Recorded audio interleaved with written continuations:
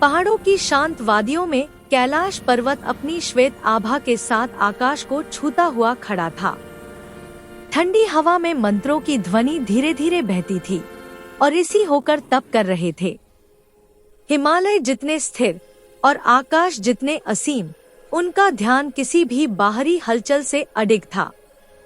दूसरी ओर माता पार्वती, जो तपस्या और भक्ति की मूर्ति थी, शिव के प्रति अपने प्रेम और समर्पण को सिद्ध करने के लिए कठोर तप में लगी हुई थी।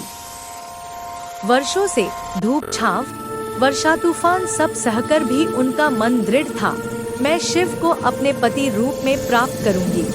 उनकी तपस्या जितनी कठोर होती गई, प्रकृति भी उतनी ही उनके साथ तालमेल बिठाती गई। एक दिन जब पार्वती घोर ध्यान में बैठी थी, देवर्षि नारद उनके पास आए और मुस्कुराते हुए बोले, देवी, आपका तप ब्रह्मांड को प्रकाशित कर रहा है। अब वह क्षण दूर नहीं जब महादेव स्वयं आपके प्रेम का उत्तर देंगे।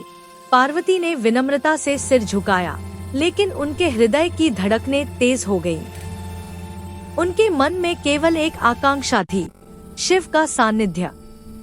उधर कैलाश पर भगवान शिव के ध्यान में हल्की सी कंपन हुई। यह कुछ ऐसा था जो सहस्राब्दियों में भी शायद ही होता हो। उन्होंने अपनी जटाओं को लहराते हुए अपनी अद्भुत शांत आंखें खोलीं। उनके सामने नंदी खड़े थे। आदरपूर्वक झुककर बोले, प्रभु, माता पार्वती की तपस्या अपने चरम पर है। उनका समर्पण अटल है। शिव की आंखों में एक दुर्लभ कोमलता उभरी। उन्हें देवी सती की स्मृति भी आई और फिर पार्वती में वही शक्ति, वही प्रेम और वही दृढ़ निश्चय दिखाई दिया। उन्होंने नंदी से कहा, समय आ गया है कि मैं उनके तप का उत्तर दूं। कुछ ही क्षणों बाद जब पार्वती अपने ध्यान से बाहर आई, सामने एक प्रकाशस्तर प्रकट हुआ।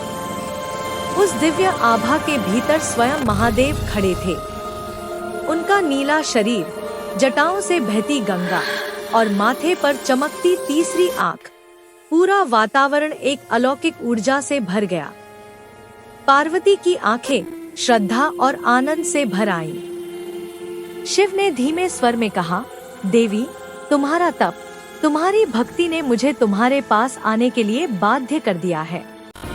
तुम्हारा समर्पण अटूट है और मैं तुम्हें अपने अर्धांगिनी रूप में स्वीकार करता हूँ।